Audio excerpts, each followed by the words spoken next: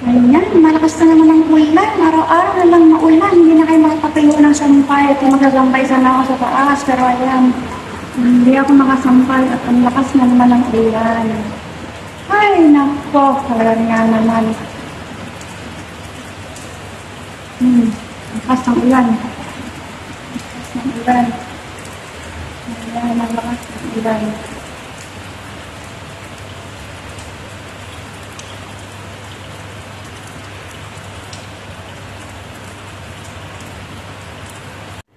Hello guys! At dahil maulan nga dito ilang araw na hanggang ngayon, maulan pa rin. So lahat ng aking mga sampay, ano na dito sa kwarto. At ayan po, flex ko yung aming modifier. Ito po ang ginagamit namin dito kapag maulan, no? Ayan po.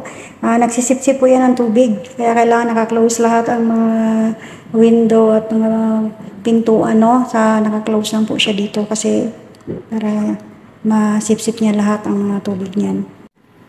So ito po yung modifier namin, no, na nagsisip-sip ng mga tubig kapag kami ay nagsasampay dito sa loob. So kami kahit pa paano swerte kasi meron kaming rooftop, no. Sa ibang mga room diyan sa baba walang rooftop, talaga sa loob lang yun sila ng bahay nagsasampay. So lahat talaga ng mga nakatira sa mga ganitong building ay may ganitong modifier, no. So paano ba ito nagwo-work? So, ganyan po, may lumalabas yung hangin. And then, kapag i-turn off natin, ipapakita ko sa inyo kung saan mapupunta yung tubig kapag nasip-sip niya, no? So, i-off natin. Yan. So, after niya na ma-off, mag-close. And then, i-check natin yung kanyang lagyan ng tubig.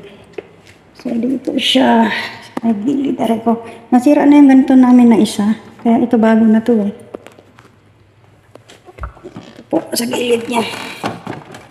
Aray ko. Ayan. Nalalagay ng tubig kapag puno na siya. Ayan, nakita nyo. So, ayan. Kapag puno na yan siya, tatapon na yung tubig. At siya ay automatic. Kapag talagang puno na siya, kusa siya namamatay.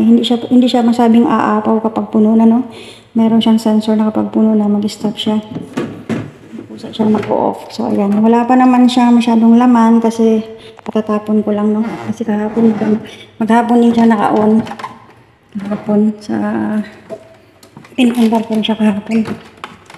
So ayan, flex ko lang yung aming modifier, no? So ayan ang mga sampay ko, tuyo na siya at akin na yung paplansya. Hindi ako nakapagplansya kahapon, so ngayon ako mamamalansya. Natambakan ako ng paplansyahin today, no? So ngayon kukunin ko na naman yung bago, yung mga bago kong nilabas sa washing at siya naman ang isasampay ko ngayon. O yan lang guys, flex ko po yung aming modifier. Yan, ganyan ang ginagamit dito sa mga kunyang na gustong pumunta ng Hong Kong. Ayan, i-encounter niyo yung mga ganito. Iba-ibang klase po yan na ganyan, pero isa lang rin po ang function yan. Nagsisip-sip siya ng tubig, no? Okay, yan lang guys. Thank you for watching. Have a nice day. God bless us all, and please don't forget to follow, like, and share my video.